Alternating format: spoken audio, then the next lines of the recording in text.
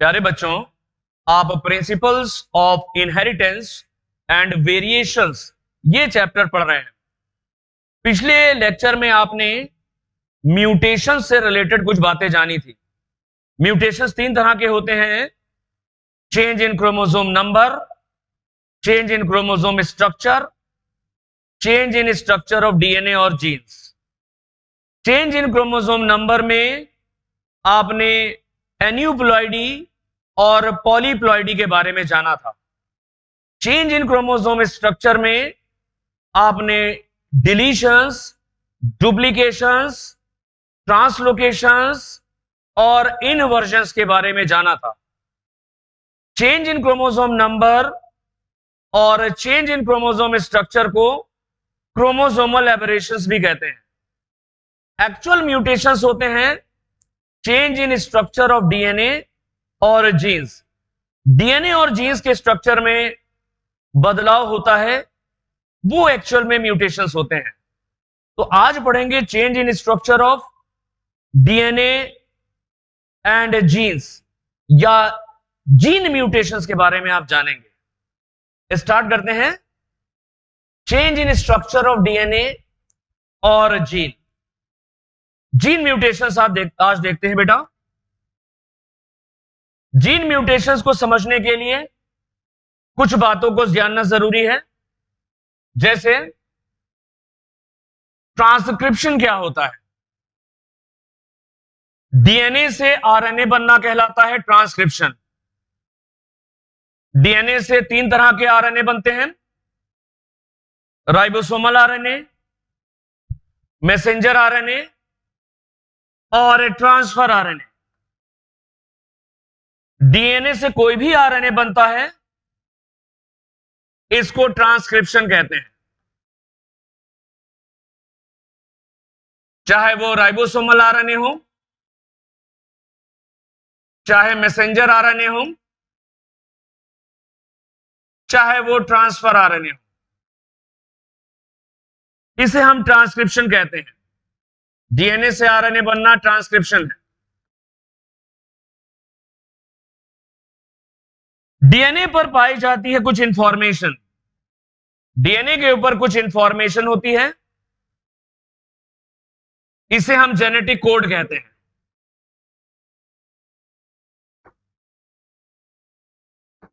Simple भाषा में कह सकते हो कि डीएनए के ऊपर पाया जाता है जेनेटिक कोड। ट्रांसक्रिप्शन के दौरान यह जेनेटिक कोड मैसेंजर आरएनए पर ट्रांसफर हो जाता है। मतलब मैसेंजर आरएनए पर भी जेनेटिक कोड मौजूद है। तो ट्रांसक्रिप्शन के दौरान डीएनए का जेनेटिक कोड मैसेंजर आरएनए पर आ जाता है। During transcription the genetic code of DNA is transferred to messenger RNA. Transcription के दौरान डीएनए का जेनेटिक कोड मैसेंजर आरएनए पर आ जाता है। इस जेनेटिक कोड में क्या होता है? इस जेनेटिक कोड में कोडॉन्स होते हैं। क्या होते हैं? कोडॉन्स होते हैं। जेनेटिक कोड के अंदर पाए जाते हैं कोडॉन्स। एक कोडॉन में 3 न्यूक्लियोटाइड या 3 नाइट्रोजिनस बेसेस होते हैं।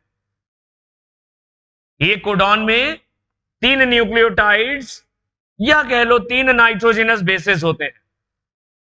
एक कोडॉन एक अमाइनो एसिड को कोड करता है। जैसे AUG एक कोडॉन है, वो मिथियोनिन को कोड करता है। UUU एक कोडॉन है, वो फिनाइल एलानिन को कोड करता है। UAC एक कोडॉन है जो टायरोसिन को कोड करता है। AGG एक कोडॉन है जो आर्जिनिन को कोड करता है। तो जेनेटिक कोड के अंदर होते हैं कोडॉन्स। एक कोडॉन एक अमाइनो एसिड को कोड करता है। 3 ऐसे कोडॉन्स होते हैं जो किसी अमाइनो एसिड को कोड नहीं करते, उन्हें स्टॉप कोडॉन्स कहते हैं। स्टॉप कोडॉन्स में UAA, यूएजी और यूजीए, ये 3 स्टॉप कोडॉन्स होते हैं। ये किसी अमाइनो एसिड को कोड नहीं करते। फिर से देखो, change in structure of DNA और जीन्स, इनको हम कहते हैं जीन म्यूटेशंस। एक्चुअल म्यूटेशंस यही होते हैं, change in chromosome number, change in structure of chromosome या चेंज इन क्रोमोसोम स्ट्रक्चर। ये क्रोमोसोमल एबरेशंस है, ये क्रोमोसोम की गड़बड़ियां है। Actual mutations change in structure of DNA है, जिन्हें हम जीन म्यूटेशन भी कहते हैं। तो डीएनए से आरएनए बनना ट्रांसक्रिप्शन है। ट्रांसक्रिप्शन के दौरान डीएनए का जेनेटिक कोड मैसेंजर आरएनए पर आ जाता है। मैसेंजर आरएनए पर कोडॉन्स होते हैं, या डीएनए पर जेनेटिक कोड के अंतर्गत कोडॉन्स पाए जाते हैं। डीएनए पर भी हो सकते हैं, एमआरएनए पर भी, दोनों में जेनेटिक कोड है और दोनों में कोडॉन्स होंगे। जेनेटिक कोड में कोडॉन्स होते हैं, एक कोडॉन में 3 न्यूक्लियोटाइड्स होते हैं और एक कोडॉन एक अमाइनो एसिड को कोड करता है। तो genetic code contains codons, genetic code में कोडॉन्स होते हैं। ईच कोडॉन हैज 3 न्यूक्लियोटाइड्स और नाइट्रोजनस बेसेस। हर एक कोडॉन में 3 न्यूक्लियोटाइड होते हैं, या नाइट्रोजनस बेसेस भी कह सकते हो। 1 codon codes for 1 amino acid, एक कोडॉन एक अमाइनो एसिड को कोड करता है, ये ध्यान रखना। तो जीन म्यूटेशंस को समझने के लिए इन बातों को जानना जरूरी है, ध्यान से देखना।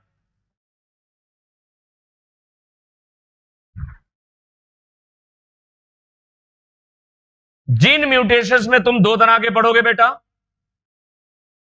पॉइंट म्यूटेशंस और frame shift mutations. Change in structure of DNA या जीन, या कह लो जीन म्यूटेशंस। जीन म्यूटेशंस में तुम 2 तरह के पढ़ोगे, पॉइंट म्यूटेशंस और फ्रेम शिफ्ट म्यूटेशंस।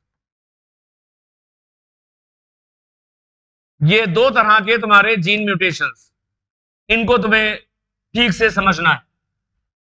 पहले देखते हैं पॉइंट म्यूटेशंस। पॉइंट कहते हैं बिंदु, डीएनए पर एक पॉइंट पे म्यूटेशन हो जाना, किसी पॉइंट पर म्यूटेशन हो जाना। मान लो ये डीएनए है, इस डीएनए के ऊपर बहुत सारे कोडॉन्स लगे हैं,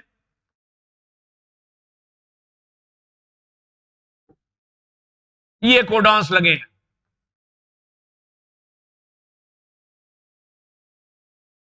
इस डीएनए से ये आरएनए बन गया है, ये आरएनए है,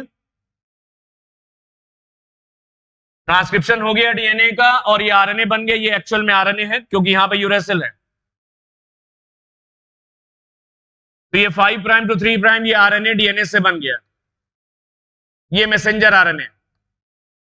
तो जेनेटिक कोड तो दोनों पर होता है, डीएनए पर भी और एमआरएनए पर भी।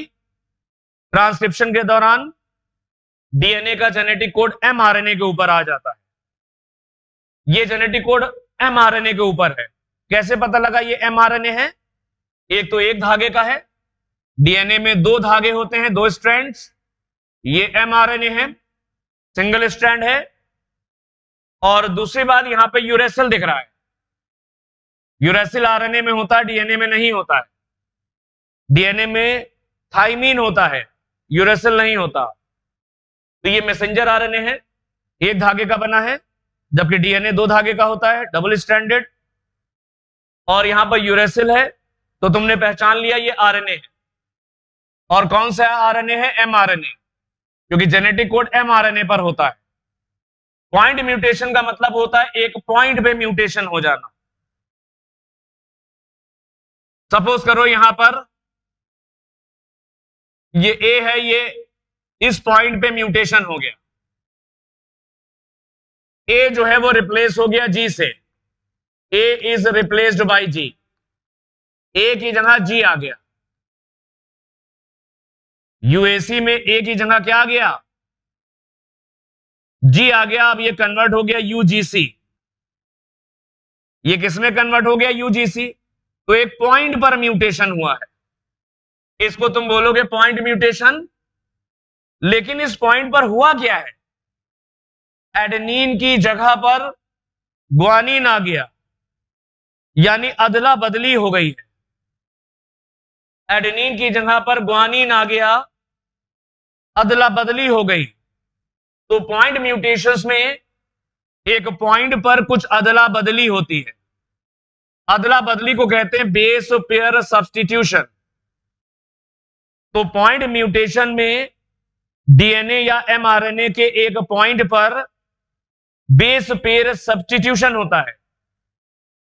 न्यूक्लियोटाइड्स या नाइट्रोजनस बेसिस की अदला बदली हो जाती है। अदला बदली होने से क्या हुआ? यूएसी कन्वर्ट हो गया यूजीसी। तो यूएसी यूजीसी में कन्वर्ट हो गया, यानी एक कोडॉन बदल गया, तो हो गया चेंज इन वन कोडॉन।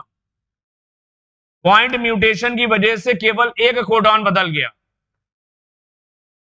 ये वाला कोडॉन बदल गया, बाकी कोडॉन में कोई बदलाव नहीं आया, बाकी कोडॉन अनचेंज रहते हैं। तो पॉइंट म्यूटेशंस में बेस पेयर का सब्स्टिट्यूशन होता है, बेस पेयर के सब्स्टिट्यूशन से एक कोडॉन बदल जाता है। Rest of the codons remain unaffected, बाकी कोडॉन्स अनइफेक्टेड है, प्रभावित नहीं होते। तो point mutations are also known as base pair substitutions. Point mutations को हम लोग बेस पेयर सब्स्टिट्यूशन कहते हैं। यहां पर नाइट्रोजनस बेसिस की अदला बदली हो जाती है। There is change in one nucleotide, एक न्यूक्लियोटाइड में बदलाव हो रहा है। एक न्यूक्लियोटाइड में बदलाव होने से क्या हुआ? Change in one nucleotide changes one codon. एक न्यूक्लियोटाइड में चेंज होने से एक कोडॉन बदल गया, यूएसी से ये यूजीसी हो गया। एक कोडॉन बदल जाने से एक अमाइनो एसिड बदल जाएगा, change in one amino acid. क्योंकि यूएसी कुछ और कोड करता है और यूजीसी कुछ और अमाइनो एसिड को कोड करता है। तो पॉइंट म्यूटेशंस को हम बेस पेयर सब्स्टिट्यूशन कहते हैं।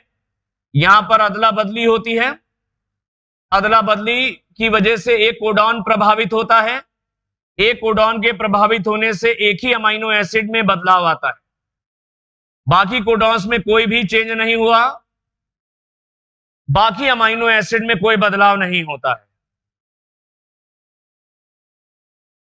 तो change in one codon changes one, change in one nucleotide changes one codon.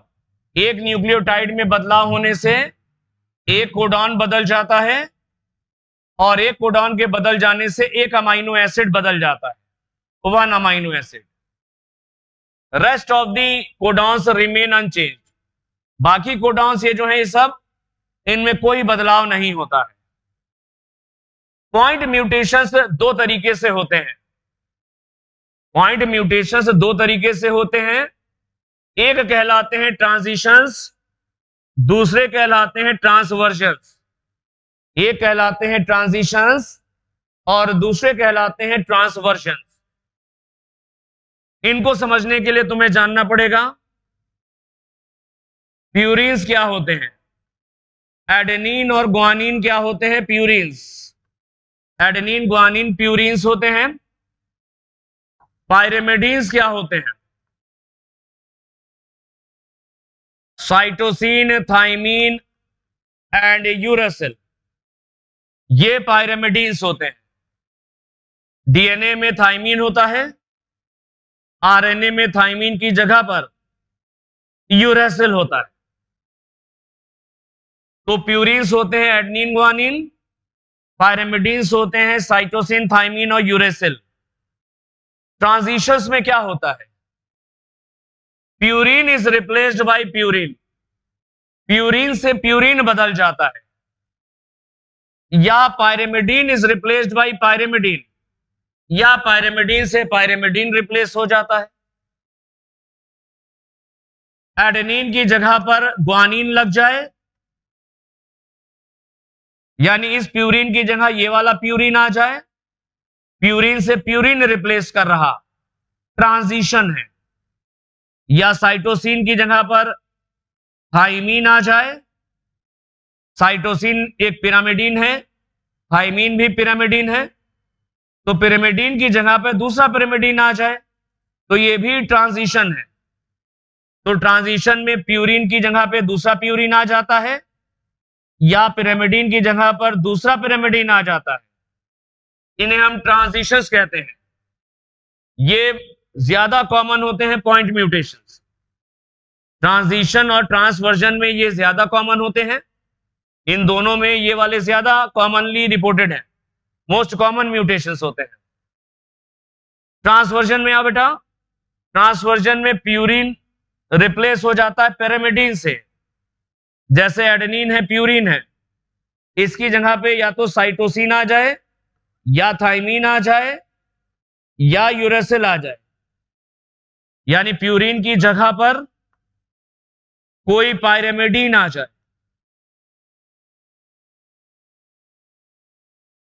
तो प्यूरिन की जगह पायरेमिडीन आ जाए, या पायरेमिडीन की जगह प्यूरिन आ जाए, तो इस तरह के पॉइंट म्यूटेशंस कहलाते हैं ट्रांसवर्जन्स। इसमें प्यूरिन की जगह पायरेमिडीन आता है, या पायरेमिडीन की जगह प्यूरिन आ जाता है। ये ट्रांसवर्जन्स कहलाते हैं। ट्रांजिशन में तुमने देखा, एडेनिन की जगह अगर ग्वानिन आ जाए, एडेनिन भी प्यूरिन है, ग्वानिन भी प्यूरिन है, तो ये ट्रांजिशन है। या साइटोसिन की जगह थाइमीन या यूरेसिल आ जाए, साइटोसिन भी पिरामिडीन है और थाइमीन और यूरेसिल भी पिरामिडीन है, तो पिरामिडीन की जगह पिरामिडीन आ जाए, ट्रांजिशन है। ट्रांसवर्जन में प्यूरिन जैसे एडेनिन एक प्यूरिन है, उसकी जगह पे साइटोसिन आ जाए, या थाइमीन आ जाए, या यूरेसिल आ जाए, तो प्यूरिन की जगह कोई पिरामिडीन आके लग जाए, ये ट्रांसवर्जन है। ग्वानिन एक प्यूरिन है, साइटोसिन, थाइमीन और यूरेसिल ये पिरामिडीन है, तो ग्वानिन की जगह पर यानी प्यूरिन की जगह पर साइटोसिन, थाइमीन या यूरेसिल में से कोई आ जाए, यानी ये पिरामिडीन आ जाए। प्यूरिन की जगह कोई पिरामिडीन आ जाए, ट्रांसवर्जन है। क्या ये ट्रांसवर्जन है? तो देखा तुमने, पॉइंट म्यूटेशंस में एक्चुअल में अदला बदली होती है। एक पॉइंट पर कुछ अदला बदली होती है, जिसे बेस पेयर सब्स्टिट्यूशंस कहते हैं। ये दो तरीके से हो सकते हैं। प्यूरिन की जगह अगर प्यूरिन आ जाए तो ट्रांजिशन है, और प्यूरिन की जगह अगर कोई पिरामिडीन आ जाए तो ये ट्रांसवर्जन। ट्रांजिशन और ट्रांसवर्जन की वजह से तीन तरह के पॉइंट म्यूटेशंस होते हैं। ट्रांजिशंस और ट्रांसवर्जन्स की वजह से तीन तरह के पॉइंट म्यूटेशंस होते हैं। एक कहलाते हैं मिस सेंस म्यूटेशंस, दूसरे कहलाते हैं नॉन सेंस म्यूटेशंस, और तीसरे कहलाते हैं साइलेंट म्यूटेशंस। तो ट्रांजिशन और ट्रांसवर्जन्स की वजह से तीन तरह के पॉइंट म्यूटेशंस होते हैं: miss sense mutations, non sense mutations और साइलेंट म्यूटेशंस। सबसे पहले देखते हैं miss sense mutation. Miss sense का मतलब होता है, मान लो एक कोडॉन है GAG, ये ग्लूटामिक एसिड को कोड करता है। GAG एक अमाइनो एसिड को कोड करता है जिसका नाम है ग्लूटामिक एसिड। एडेनिन की जगह पे यूरेसिल आ गया, एडेनिन हट गया यहां से, उसकी जगह यूरेसिल आ गया। एडेनिन तुम जानते हो ये प्यूरिन है और यूरेसिल एक पिरामिडीन है, तो प्यूरिन की जगह एक पिरामिडीन आ गया, तो ये ट्रांसवर्जन है। क्या ये ट्रांसवर्जन हो गया। एडेनिन की जगह यूरेसिल आने से ये GAG से GUG बन गया, ये GAG से बदल गया GUG में। GAG कोड करता था ग्लूटामिक एसिड को, पॉइंट म्यूटेशन की वजह से GAG GUG में बदल गया, और GUG कोड करने लगा, GUG कोड करता है वैलिन को।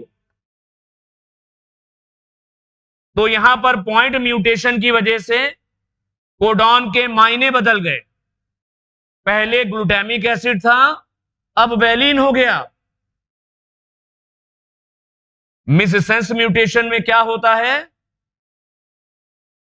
पॉइंट म्यूटेशन हुआ, यहां पर एक कोडॉन एक अमाइनो एसिड को कोड कर रहा था, पॉइंट म्यूटेशन की वजह से वो दूसरे कोडॉन में बदल गया और दूसरा कोडॉन दूसरे अमाइनो एसिड को कोड करने लगा, यानी कोडॉन के मायने बदल गए। पहले कोडॉन के मायने थे, मीनिंग था ग्लूटामिक एसिड, अब कोडॉन के मायने हैं वैलिन, कोडॉन का मीनिंग हो गया वैलिन। इसे हम कहते हैं मिससेंस म्यूटेशन, सेंस का बदल जाना। पहले ग्लूटामिक एसिड को कोड कर रहा था, म्यूटेशन की वजह से दूसरा कोडॉन बन गया, वो वैलिन को कोड करने लगा। ये मिससेंस कहलाता है। क्या कहलाता है? मिससेंस।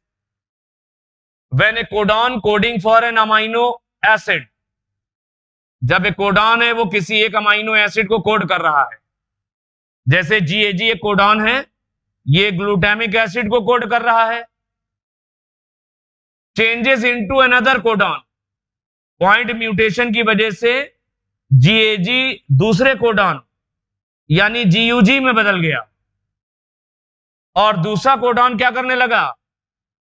फॉर अनदर अमाइनो एसिड, दूसरा कोडॉन दूसरे अमाइनो एसिड को कोड करता है, ये GUG वैलिन को कोड करता है। तो ऐसे म्यूटेशंस कहलाते हैं मिससेंस म्यूटेशन। मिससेंस म्यूटेशन का मतलब एक कोडॉन के मायने बदल गए।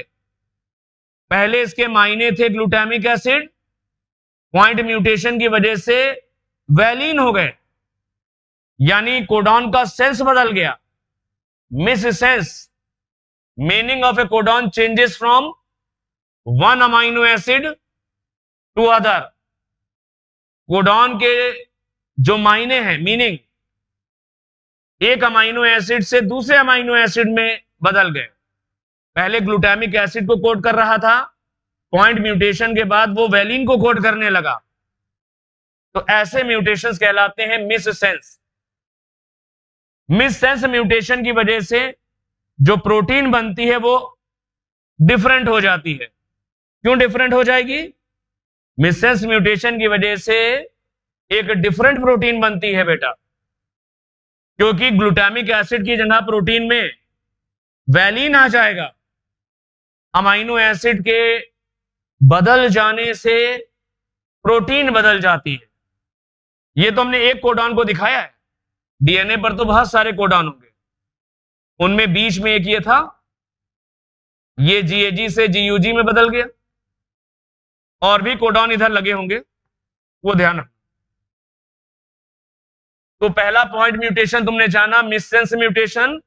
एक कोडॉन किसी अमाइनो एसिड को कोड कर रहा था, पॉइंट म्यूटेशन की वजह से वो दूसरे कोडॉन में बदल गया और दूसरा कोडॉन दूसरे अमाइनो एसिड को कोड करने लगा।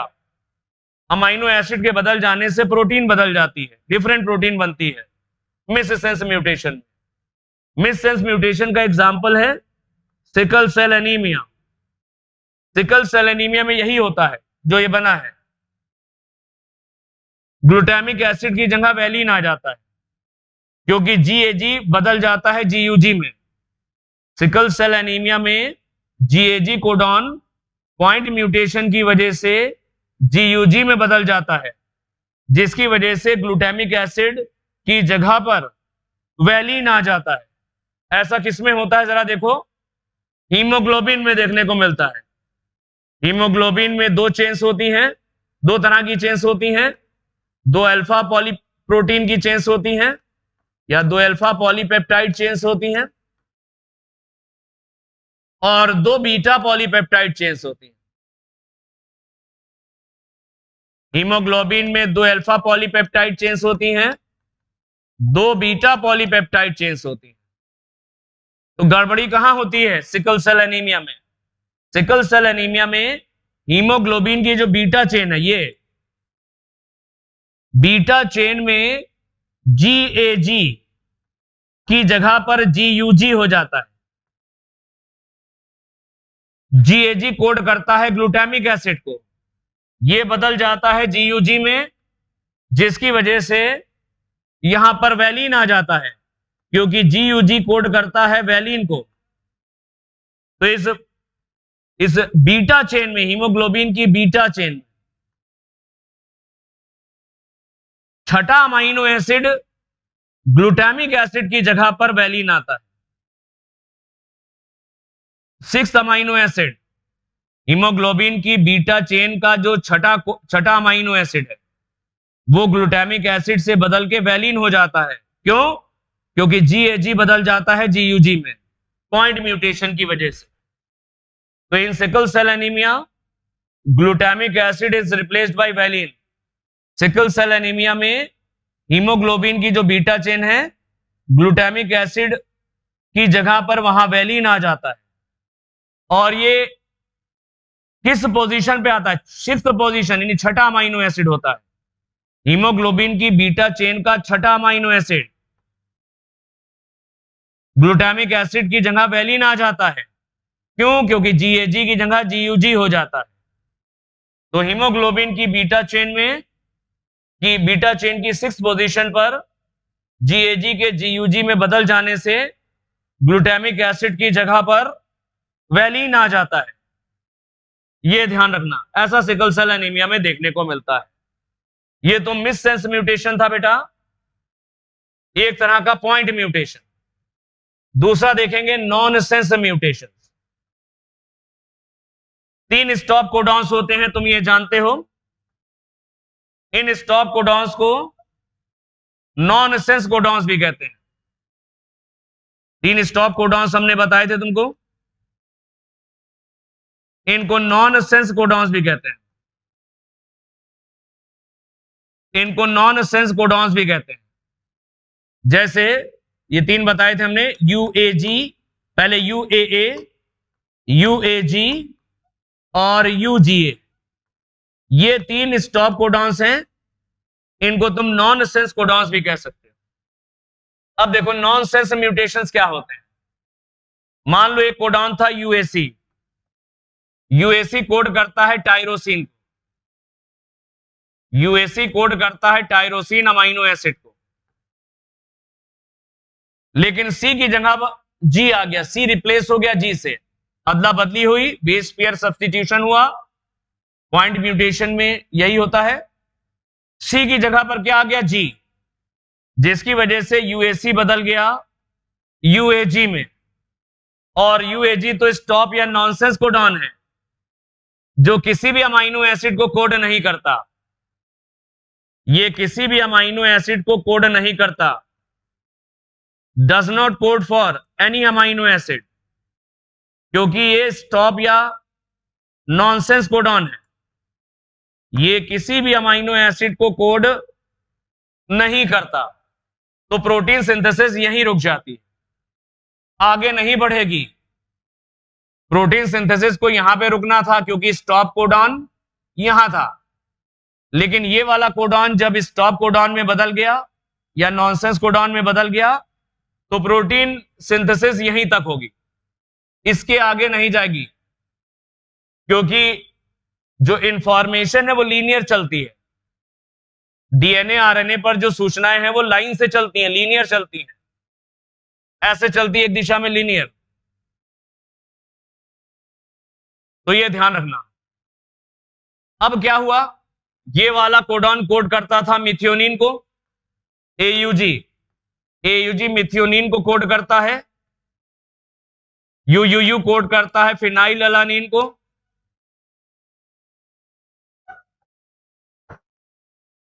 AGG कोड करता है आर्जिनिन को,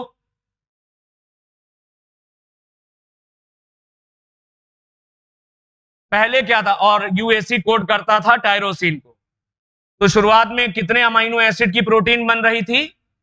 यहां पर प्रोटीन सिंथेसिस रुक जाएगी, राइबोसोम यहां पे आके चिपकता है मैसेंजर RNA से और प्रोटीन बनाता है कोडॉन के अनुसार। ये हम आगे बताएंगे मॉलिक्यूलर में, मॉलिक्यूलर बेसिस ऑफ इनहेरिटेंस में, प्रोटीन सिंथेसिस में। तो AUG कोड करता है मिथियोनिन को, यूयूयू कोड करता है फिनाइलएलानिन को, यूएसी टायरोसिन को, एजीजी आर्जिनिन। तो इस प्रोटीन में टोटल 4 अमाइनो एसिड हैं, 1 2 3 और 4। पॉइंट म्यूटेशन हो गया, यूएसी कोडॉन बदल गया यूएजी, यानी स्टॉप या नॉनसेंस कोडॉन में।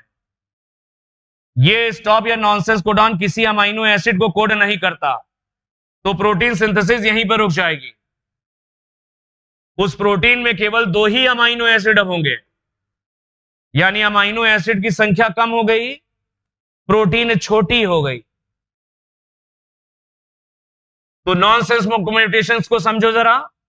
When a codon coding for an amino acid, जब एक कोडॉन था जो एक अमाइनो एसिड यानी टायरोसिन को कोड कर रहा था, पॉइंट म्यूटेशन की वजह से changes into nonsense codon, point mutation हो गया और ये एक नॉनसेंस कोडॉन में बदल गया, यूएसी बदल गया यूएजी में। तो इस तरह के पॉइंट म्यूटेशंस कहलाते हैं नॉनसेंस म्यूटेशन। नॉनसेंस म्यूटेशन में जो प्रोटीन बनेगी वो छोटी हो जाती है, a shorter protein is form. Nonsense mutation में प्रोटीन छोटी हो जाती है। एक क्वेश्चन दे रखा, जरा करो। कहता है कि suppose an mRNA contains 100 codons. मान लो एक एमआरएनए है, ये इस एमआरएनए में कितने कोडॉन है? यहां पर तो 1 2 3 4 5 है, लेकिन एक एमआरएनए में 100 कोडॉन है। कितने हैं? 100 कोडॉन है। ये लाइन से लगे होंगे 100 कोडॉन। तो कहता क्या है कि 100, suppose an mRNA content 100 codons. एक एमआरएनए है और उस एमआरएनए पर 100 कोडॉन्स लगे, and a nonsense mutation has occurred in the 65th codon. 65वें कोडॉन में नॉनसेंस म्यूटेशन हो गया।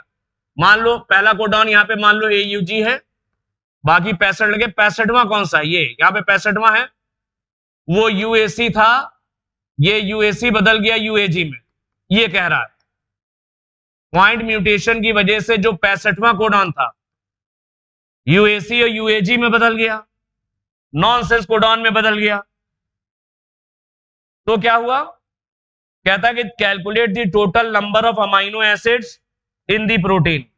अब इस प्रोटीन में कितने अमाइनो एसिड्स होंगे? अरे 65 वाला नॉनसेंस में बदल गया, 64 अभी भी सही है, तो 64 कोडॉन्स 64 अमाइनो एसिड बनाएंगे, तो उस प्रोटीन में 64 अमाइनो एसिड होंगे। ये आंसर हो गया। तो जहां पर नॉनसेंस कोडॉन तैयार हो जाए, उससे पहले वाले सारे कोडॉन्स अमाइनो एसिड बनाएंगे। तो 65वां कोडॉन नॉनसेंस कोडॉन में बदल गया, 64 कोडॉन 64 अमाइनो एसिड बनाएंगे, तो उस प्रोटीन में 64 अमाइनो एसिड होंगे, छोटी प्रोटीन हो जाती है। यह ध्यान रखना। आगे देखते हैं तीसरे पॉइंट म्यूटेशंस, जिन्हें हम साइलेंट म्यूटेशंस कहते हैं। साइलेंट म्यूटेशंस को समझने के लिए एक बात जानना जरूरी है।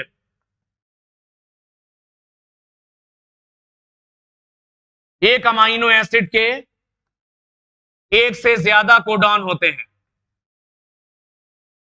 देखो, एक बात तो हमने पहले बताई, एक कोडॉन एक अमाइनो एसिड को बताता है। एक कोडॉन एक अमाइनो एसिड को कोड करता है, यह बताया तुम्हें। लेकिन अगर उल्टा चलोगे, एक अमाइनो एसिड के एक से ज्यादा कोडॉन्स हो सकते हैं। एक अमाइनो एसिड के एक से ज्यादा कोडॉन्स हो सकते हैं, मोर देन 1 कोडॉन्स। इस प्रॉपर्टी को कहते हैं डीजेनेरेसी ऑफ जेनेटिक कोड। इस प्रॉपर्टी को कहते हैं डीजेनेरेसी ऑफ जेनेटिक कोड। एक अमाइनो एसिड के एक से ज्यादा कोडॉन्स होना, degeneracy of genetic codon, genetic code.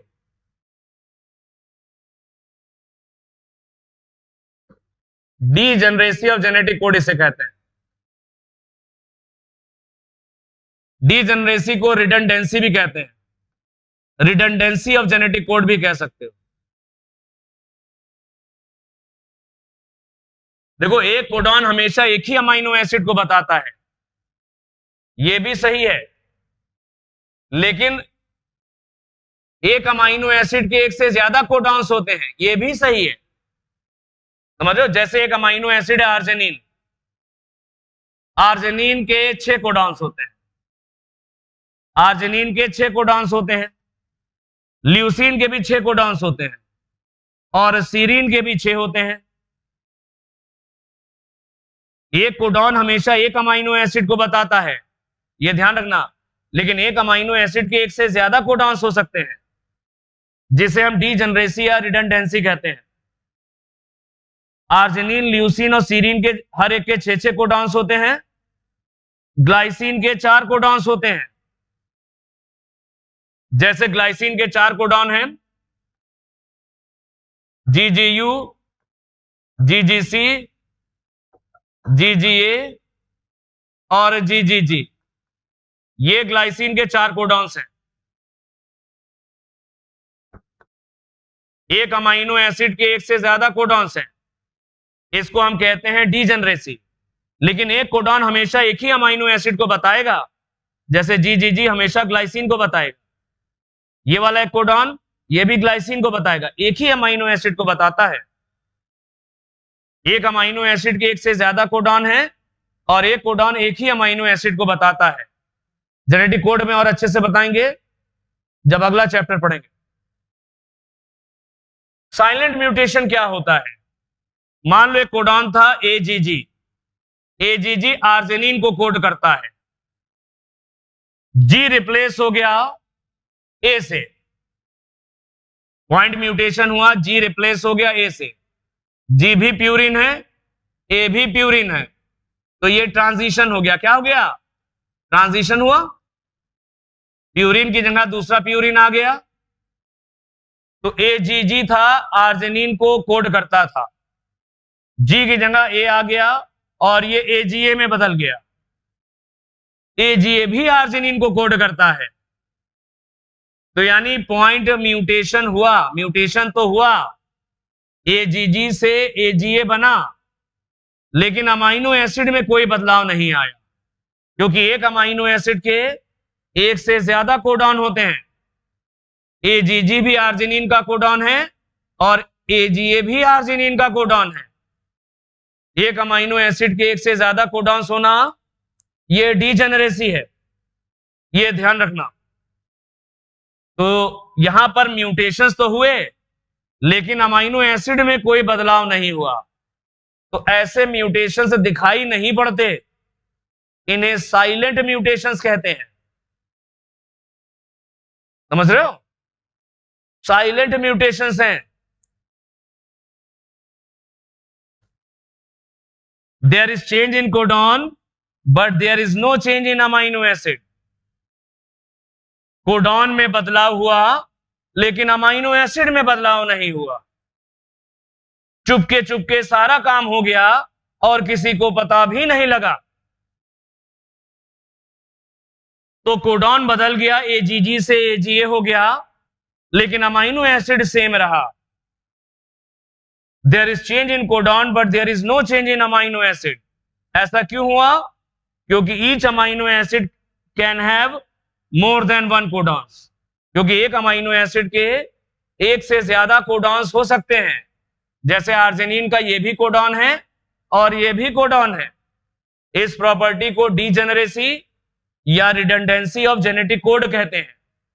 जैसे आर्जिनिन, ल्यूसीन और सीरीन के हर एक के 6 कोडॉन्स होते हैं और ग्लाइसिन के 4 कोडॉन्स हैं। साइलेंट म्यूटेशंस को आसानी से आप पकड़ नहीं पाएंगे, क्योंकि इसमें प्रोटीन तो सेम बनी, जब अमाइनो एसिड में कोई बदलाव नहीं आया तो सेम प्रोटीन बनती है। प्रोटीन जब चेंज नहीं हुई तो ये म्यूटेशंस बाहर से दिखाई नहीं पड़ते हैं, ध्यान रखना। तो 3 तरह के पॉइंट म्यूटेशंस पढ़े तुमने। मिससेंस म्यूटेशन में एक कोडॉन एक अमाइनो एसिड को कोड कर रहा था, पॉइंट म्यूटेशन की वजह से वो दूसरे कोडॉन में बदल गया और दूसरा कोडॉन दूसरे अमाइनो एसिड को कोड करने लगा। GAG से GUG हो गया और ग्लूटामिक एसिड से वैलिन हो गया।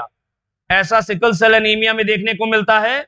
हीमोग्लोबिन की बीटा चेन की छठी पोजीशन पर ग्लूटामिक एसिड की जगह वैलिन आ जाता है, क्योंकि GAG से GUG हो जाता है।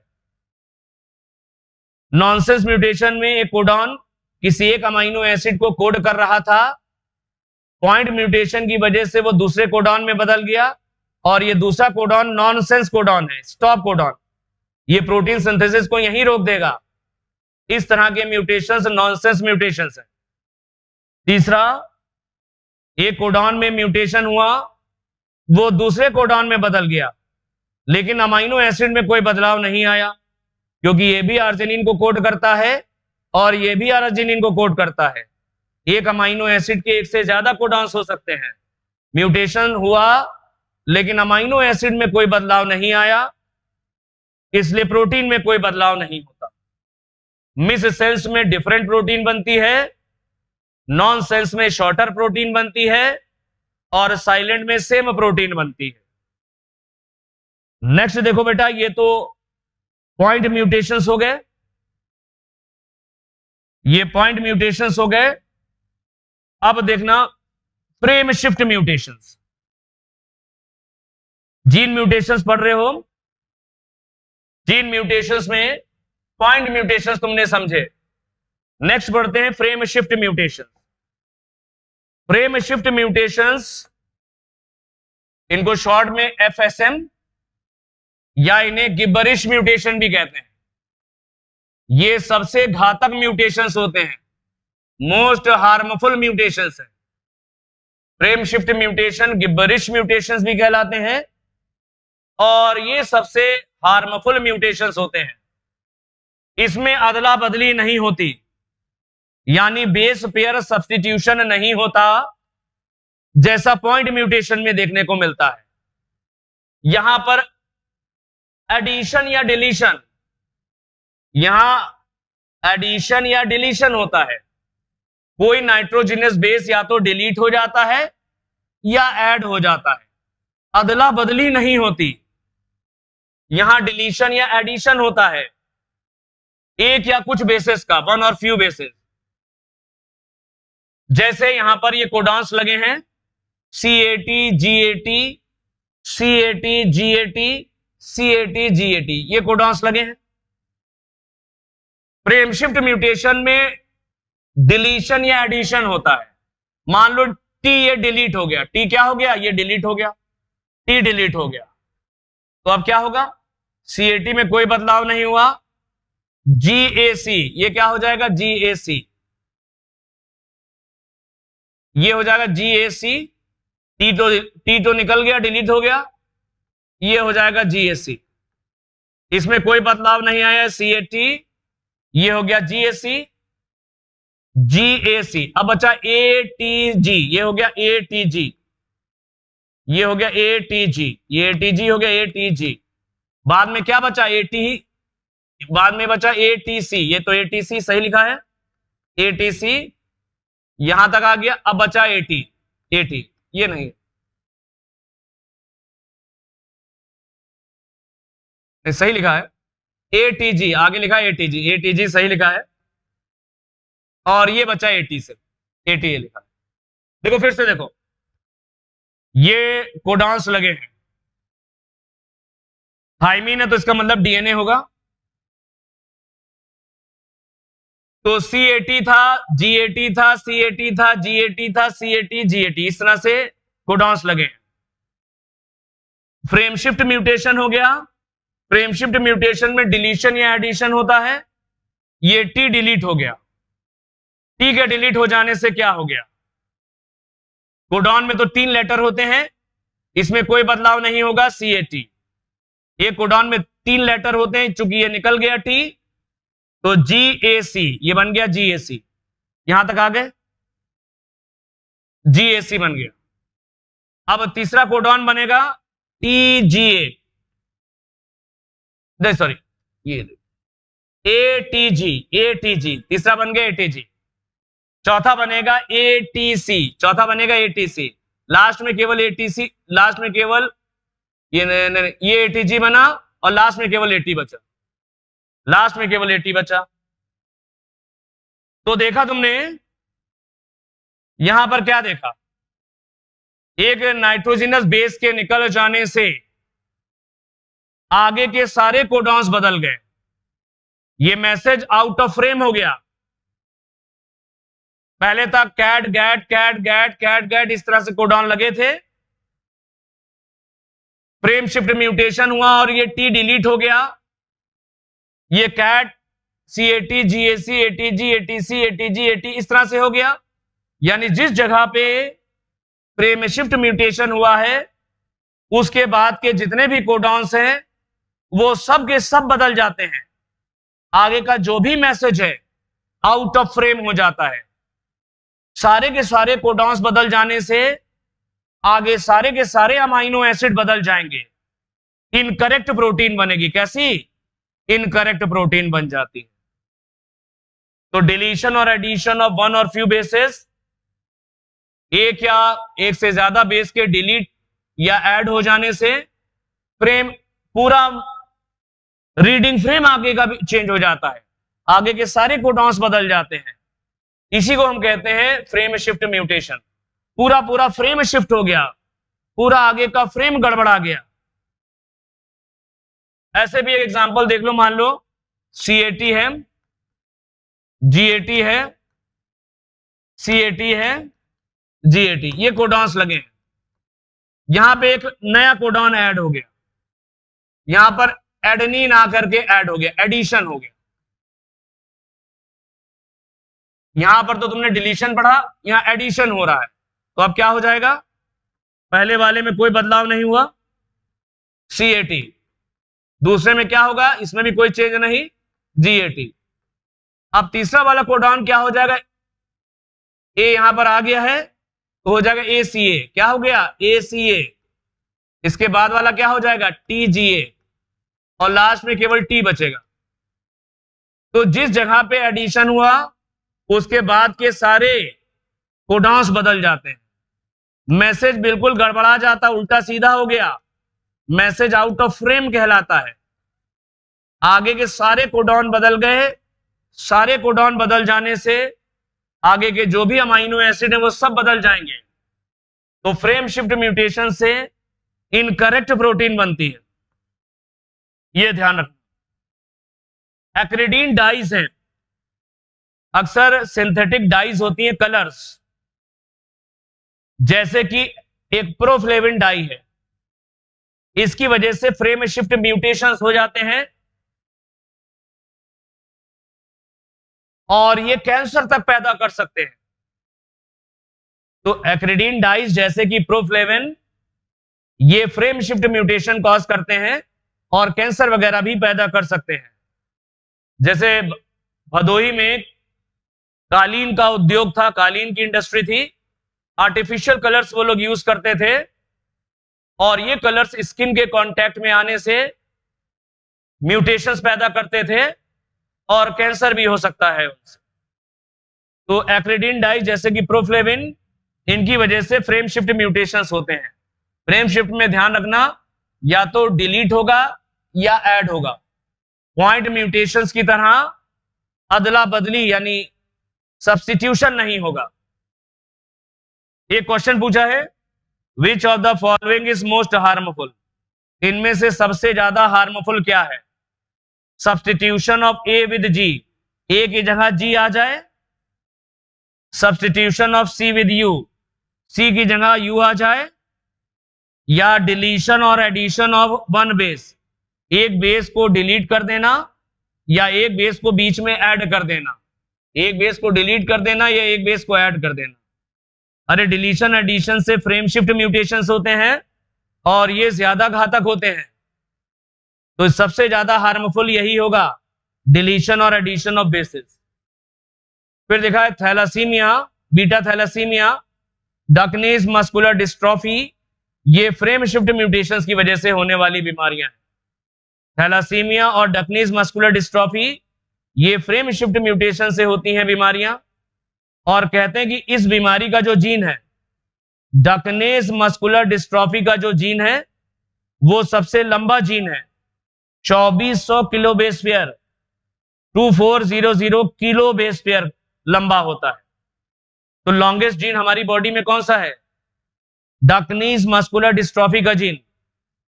ये 2400 kilo bases 2400 kilo base pair के बराबर है, ये ध्यान रखना। ये तो तुमने देखे म्यूटेशंस, जीन म्यूटेशंस तुमने दो तरह के देखे, पॉइंट म्यूटेशंस और फ्रेम शिफ्ट म्यूटेशन। एनसीईआरटी ने थोड़ा सा ये भी दे रखा है म्यूटाजेंस। म्यूटाजेंस क्या होते हैं, इनको बहुत शॉर्ट में पढ़ना है तुम्हें, ये ध्यान रखना। देखो नेचर में म्यूटेशंस होते रहते हैं अपने आप, इन्हें बोलते स्पॉन्टेनियस म्यूटेशंस। नेचर में अपने आप म्यूटेशंस होते रहते हैं, ये नॉर्मल म्यूटेशंस हैं, इन्हें कहते हैं स्पॉन्टेनियस म्यूटेशंस। 1 लाख से 10 लाख गैमीट में, 1 लाख से 10 लाख जो गैमीट बनेंगे उनमें से एक गैमीट में अपने आप म्यूटेशन हो जाता है, ये नॉर्मल म्यूटेशन है। 1 लाख से 10 लाख गैमीट में एक गैमीट में अपने आप म्यूटेशन होता है, स्पॉन्टेनियस म्यूटेशन, ये एक नॉर्मल प्रोसेस है। वो सब्सटेंसेस जो इस म्यूटेशन की रेट को बढ़ा देते हैं उन्हें म्यूटाजेंस कहते हैं। इस रेट को जो बढ़ा देते हैं सब्सटेंसेस, उनको हम म्यूटाजेंस कहते हैं। तो substances that increase the rate of mutations, normal rate यही है म्यूटेशन की, इस रेट को जो बढ़ा देते हैं, तो substances that increase the rate of mutations in an organisms are known as mutagens. Mutagens वो सब्सटेंसेस होते हैं जो इस नॉर्मल म्यूटेशन की रेट को बढ़ा देते हैं। नॉर्मल म्यूटेशन की रेट क्या है?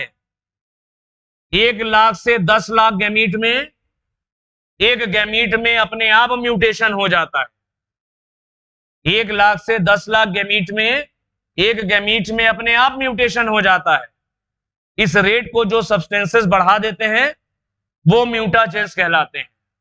म्यूटाजेंस दो तरह के होते हैं, फिजिकल म्यूटाजेंस और केमिकल म्यूटाजेंस। फिजिकल म्यूटाजेंस और केमिकल म्यूटाजेंस।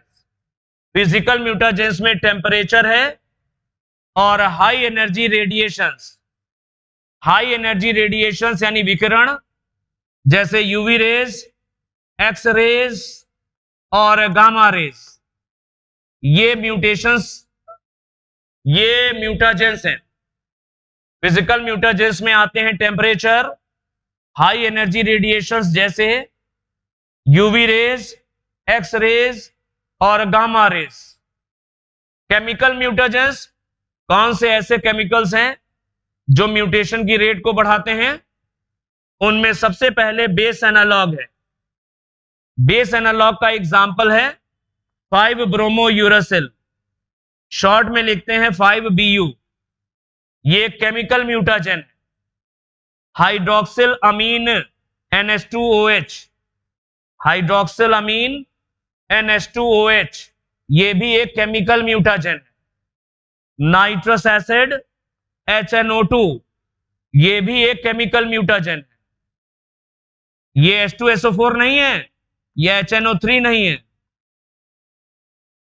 ये सल्फ्यूरिक एसिड है, ये नाइट्रिक एसिड है, ये म्यूटाजेनिक नहीं है, म्यूटाजेनिक है HNO2, ये म्यूटेशन कॉज करता है। नाइट्रस एसिड, एल्काइलेटिंग एजेंट्स जैसे मिथाइल मिथाइल सल्फोनेट MMS और मस्टर्ड गैस, ये भी केमिकल म्यूटाजेन है। एल्काइलेटिंग एजेंट्स जैसे कि मिथाइल मिथाइल सल्फोनेट और मस्टर्ड गैस, ये भी एक तरह के केमिकल म्यूटाजेंस है। एक्रिडीन डाइज जैसे प्रोफ्लेविन, ये भी केमिकल म्यूटाजेन है। ये भी क्या है? Chemical mutagens. तो केमिकल म्यूटाजेंस में बेस एनालॉग जैसे 5 ब्रोमो यूरासिल, हाइड्रोक्सिल अमीन NH2OH, nitrous acid HNO2, alkylating agents जैसे MMS और मस्टर्ड गैस, और एक्रिडीन डाइज जैसे प्रोफ्लेविन। बहुत थोड़ा थोड़ा जान लेना क्योंकि एनसीईआरटी ने बहुत ही शॉर्ट में दे रखा है। पहले देखते हैं फिजिकल म्यूटेजेंस। फिजिकल म्यूटेजेंस में टेम्परेचर है, हाई टेम्परेचर की वजह से डीएनए के हाइड्रोजन बॉन्ड्स टूट जाते हैं, ठीक से रेप्लिकेशन नहीं होगा, म्यूटेशन हो जाएगा। तो हाई टेम्परेचर की वजह से डीएनए के हाइड्रोजन बॉन्ड्स टूटते हैं, रेप्लिकेशन ठीक से नहीं होगा, म्यूटेशन हो जाएगा। चावल में, राइस में लो टेम्परेचर की वजह से म्यूटेशन होते हैं। चावल में लो टेम्परेचर म्यूटाजेनिक है, म्यूटेशन पैदा करता है। हाई एनर्जी रेडिएशंस देखते हैं। 1946 में H.J. मुलर, इनको नोबेल प्राइज दिया गया। इन्होंने एक्सरे का इस्तेमाल किया। एक्सरे का इस्तेमाल करके ड्रोसोफिला में आर्टिफिशियल इंडक्शन किया म्यूटेशन का, यानी ड्रोसोफिला में म्यूटेशन कराए। 1946 में मुलर ने एक्सरेज की मदद से ड्रोसोफिला में म्यूटेशंस कराए थे। इसके लिए इन्हें नोबेल अवार्ड दिया गया, नोबेल प्राइज मिला। पौधों में सबसे पहले स्टैडलर ने एक्सरे का इस्तेमाल किया था, म्यूटेशन कराए थे।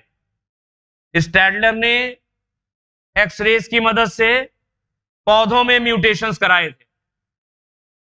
एक्स रेज और गामा रेज ये आयोनाइजिंग रेडिएशन है, इनमें आयनन होता है, इनमें आयनन क्षमता होती है। ये कैसे विकिरण है, कैसे रेडिएशंस हैं? इनमें आयनन होता है। एंड हैव मोर पेनेट्रेंस, इनकी भेदन क्षमता भी बहुत ज्यादा होती है। पेनेट्रेंस का मतलब भेदन क्षमता। तो एक्स रेज, गामा रेज ये आयोनाइजिंग रेडिएशन है, इनकी आयनन क्षमता, और दे हैव मोर पेनेट्रेंस, इनमें भेदन क्षमता भी बहुत ज्यादा होती है। इसीलिए अक्सर यूज किए जाते हैं म्यूटेशन कराने के लिए। तो म्यूटेशन कराने के लिए एक्स रेज और गामा रेज क्यों लिए जाते हैं? क्योंकि ये आयोनाइजिंग है और इनकी पेनेट्रेंस ज्यादा है, इनकी भेदन क्षमता ज्यादा है। गामा रेज वाला क्वेश्चन ये एक दो बार आया है। गामा रेज का इस्तेमाल किया जाता है फसलों में म्यूटेशन कराने के लिए और बेहतर किस्म के पौधे पैदा करने के लिए,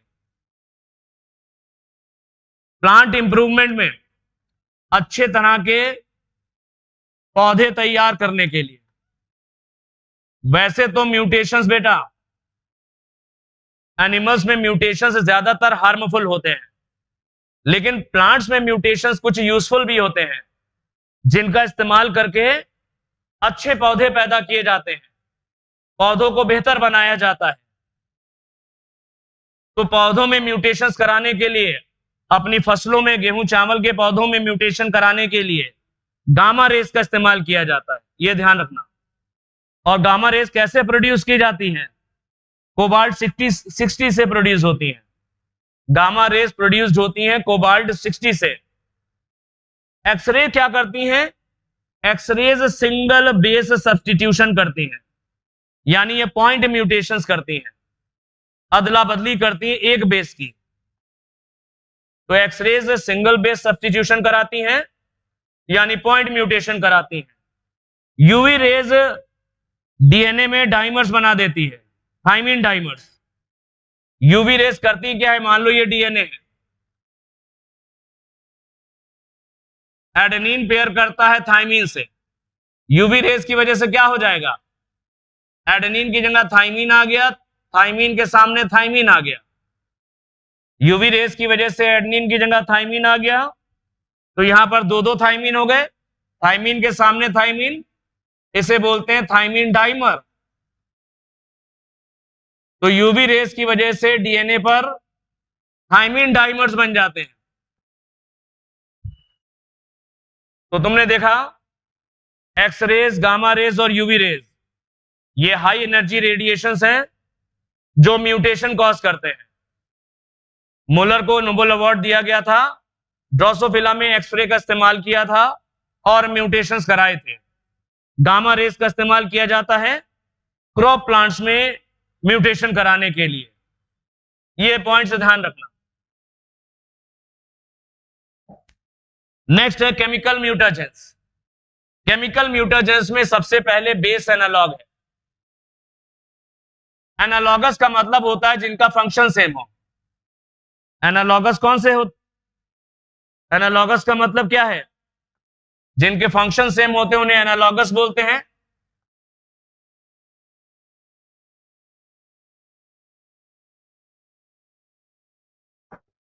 बेस एनालॉग क्या होता है?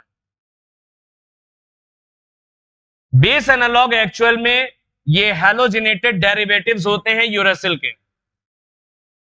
बेस एनालॉग हैलोजिनेटेड डेरिवेटिव्स होते हैं यूरेसिल के, जैसे 5 ब्रोमो यूरेसिल। ब्रोमो का मतलब ब्रोमीन, ये हैलोजन है, इधर यूरेसिल लगा है, तो ये हैलोजिनेटेड डेरिवेटिव होते हैं यूरेसिल के, जैसे 5 bromo uracil, 5 chloro uracil, 5 iodo uracil. तो बेस एनालॉग होते क्या हैं? ये हैलोजिनेटेड डेरिवेटिव्स होते हैं यूरेसिल के। इनमें हैलोजन होता है और यूरेसिल होता है। ये प्यूरिन और पिरिमिडीन के जैसे होते हैं। ये जो बेस एनालॉग होते हैं ये प्यूरिन या पिरिमिडीन से मिलते जुलते होते हैं। ये उनकी जगह पे आ जाते हैं। जैसे डीएनए पर एडेनिन पेयर करता है थाइमीन से, तो थाइमीन की जगह पर आ जाता है 5 ब्रोमो यूरेसिल। क्या गया? 5 ब्रोमो यूरेसिल। तो थाइमीन की जगह ये आकर के चिपक गया। इस थाइमीन की जगह कौन चिपक गया? आके 5 ब्रोमो यूरेसिल आके चिपक गया। थाइमीन का काम है एडेनिन से पेयर करना, 5 ब्रोमो यूरेसिल भी एडेनिन से ही पेयर करता है, यानी फंक्शन सेम है। एनालॉगस, एनालॉगस से ये शब्द आ गया एनालॉग। तो ये जो बेस एनालॉग है जैसे 5 ब्रोमो यूरेसिल, ये प्यूरिन और पिरिमिडीन के जैसे होते हैं। ये डीएनए पर प्यूरिन या पिरिमिडीन की जगह पे खुद आकर के चिपक जाते हैं। जैसे थाइमीन को हटा करके ये यहां से इसने थाइमीन की जगह पर ये आकर के चिपक गया। दे कैन रिप्लेस प्यूरिन और पिरिमिडीन। ये प्यूरिन और पिरिमिडीन की जगह खुद आकर के चिपक जाते हैं। जैसे 5 ब्रोमो यूरेसिल थाइमीन की जगह पे चिपक जाता है, तो 5 ब्रोमो यूरेसिल को कहते हैं ये बेस एनालॉग थाइमीन का है, क्योंकि ये थाइमीन की जगह पे चिपकता है आपके। तो 5 ब्रोमो यूरेसिल किसका बेस एनालॉग है? थाइमीन। तो डीएनए में ये थाइमीन की जगह पर ये चिपक जाता है जाके। जब ये चिपक जाएगा तो ये एबनॉर्मल हो गया।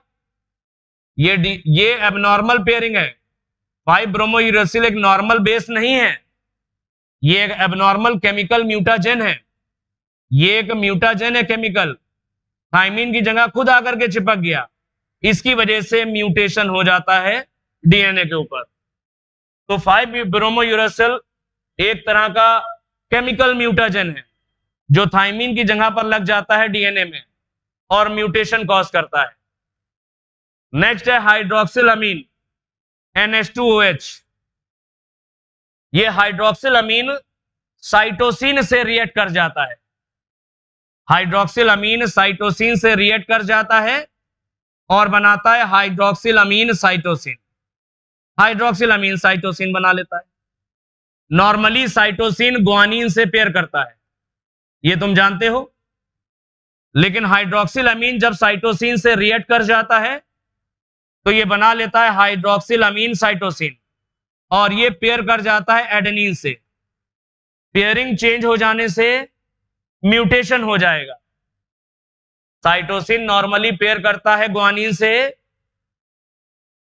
हाइड्रोक्सिल अमीन साइटोसिन से रिएक्ट कर जाता है, ये केमिकल है। साइटोसिन से रिएक्ट करने के बाद हाइड्रोक्सिल अमीन साइटोसिन बनाता है और ये ग्वानिन की जगह एडेनिन से पेयर कर जाता है और म्यूटेशन कॉज करता है। ये एबनॉर्मल पेयरिंग है। ये नॉर्मल पेयरिंग है और ये कैसी है? एबनॉर्मल पेयरिंग है।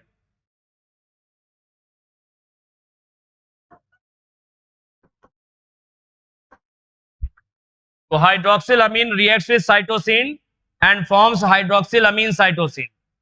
हाइड्रोक्सिलामीन साइटोसिन शोज एबनॉर्मल पेयरिंग.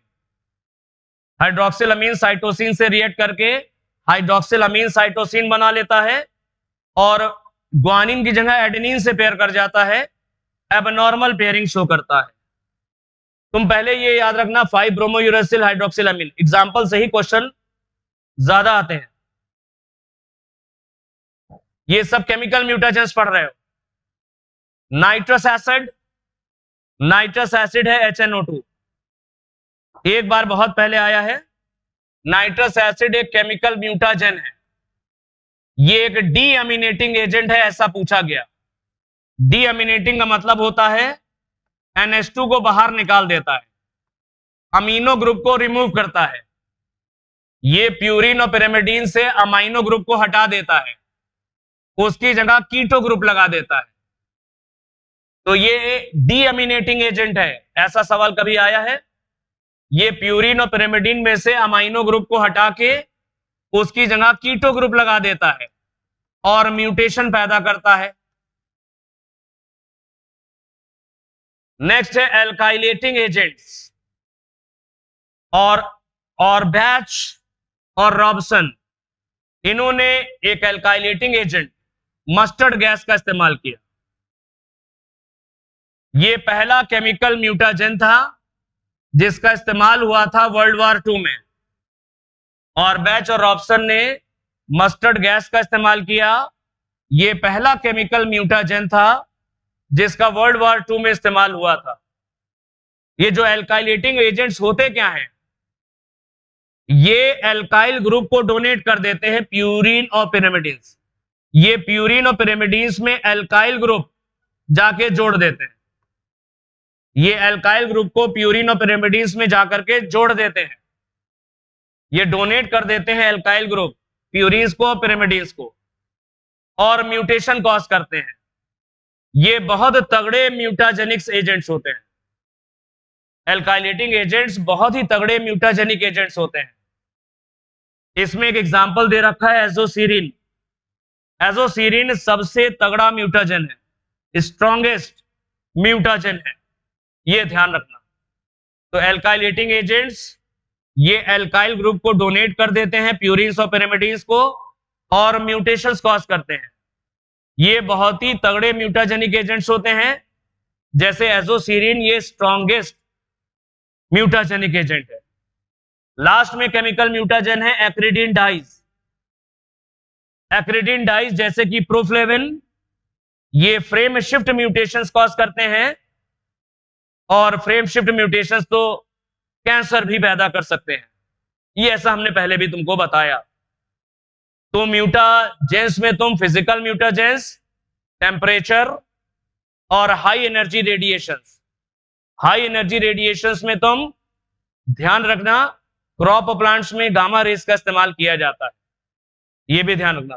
फिर केमिकल म्यूटाजेंस में बेस एनालॉग जैसे 5 ब्रोमोयूरेसिल, नाइट्रस एसिड जैसे HNO2, हाइड्रोक्सिलामीन NH2OH, एल्काइलेटिंग एजेंट और एक्रिडिन डाइज. इन सब को भी ध्यान रखना. ये सब म्यूटाजेंस हैं जो म्यूटेशन कॉज करते हैं. ठीक से बेटा बहुत अच्छे से समझ करके पढ़ लेना.